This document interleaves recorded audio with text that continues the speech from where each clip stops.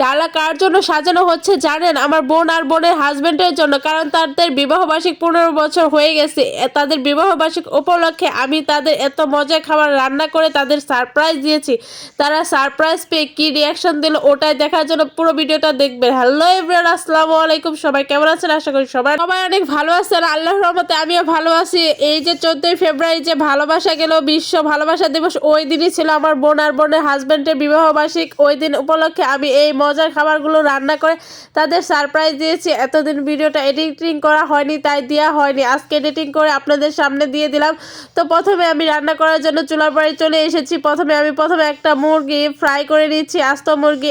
মুরগিটা ভাজা শেষ হয়ে গেলে এটা রোস্ট করব, তারপরে আমি কাবাব বানাবো। এরপর আরো অনেক জিনিস, যাই হোক ভিডিওটা দেখেন সবকিছুই বুঝতে পারবেন। এই যে এখানে কাবাব বানানোর জন্য আমি নিয়ে নিচ্ছি ডালগুলো পাটায় বেটে, তারপর পেঁয়াজ, কাঁচামরিচ এবং হলুদ মরিচ লবণ দিয়ে ভালো করে মাখিয়ে এখন এটা বুড়া ভাজা হবে। এই যে মুরগিটা ভাজা শেষ হয়ে গেছে। এইদিকে আমি আরেকটা চুলায় ডালের বুড়া বসিয়ে দিয়েছি, কারণ ডালের বুড়াগুলো ভেজে নিতে হবে, সময় প্রায় শেষের দিকে। যাই হোক এই যে ডালের বুড়া, কিন্তু তেলটা গরম হতে আমি একটা একটা করে দিয়ে সবগুলোই দিয়ে দিয়েছি। এখানে উল্টিয়ে পাল্টিয়ে সুন্দর করে আমি চেপে চেপে ভেজে নিচ্ছি। আর ডালের বুড়া দিয়ে পোলাও খেতে কিন্তু ভালোই লাগে। যাই হোক আমি কিন্তু এই যে ডালের বুড়াগুলো সবগুলো দিয়ে দিচ্ছি। এখন খুরচুন দিয়ে উল্টিয়ে চেপে চেপে সুন্দর করে ভেজে নিচ্ছি। দেখছেন কি সুন্দর একটা কালার আসছে, দেখলেই একদম এতে ইচ্ছা করে। যাই হোক গরম গরম 4-5টা খেয়ে নিয়েছি। আমি যখনই যেটা বানাই, যেটা মজা লাগে আমি তখন তো সেটা খেয়ে নিই। এদিকে কিন্তু আরেকটা চুলায় মুরগির রোস্টটা করে ফেললাম, এটাও কিন্তু করা শেষ হয়ে গেছে। এখন যে বিরিয়ানিটা রান্না করব, যাই হোক আজকে কিন্তু গরু মাংস ছিল না, তাই ভাবলাম কি দিয়ে করা যায়। শর্টকাটের ভিতরে মুরগির মাংস ছিল, মুরগির মাংস দিয়ে বিরিয়ানি রান্না করলাম। আর এই বিরিয়ানির ডালা কিনতে কিন্তু অনেক টাকা খরচ হয়ে যায়। যাই হোক এভাবে কিন্তু বাসায় বানালে অল্প খরচের মধ্যে আপনি খাসি, গরু বা মুরগি দিয়ে যেটাই কেনেন না কেন, অল্প খরচের মধ্যে এই সুন্দর ডালা কিন্তু বাসায় বানিয়ে নিতে পারবে। এই ডালাটা বানাতে আমার তেমন কোনো খরচ হয়নি, মাত্র 600 টাকার ভিতরে সবকিছু কমপ্লিট করে ফেলছি। আর এটা কিনতে প্রায় 1500 বা 2000 টাকা লাগতো, কারণ 4 জনে অনায়াসে খাওয়া যাবে। এত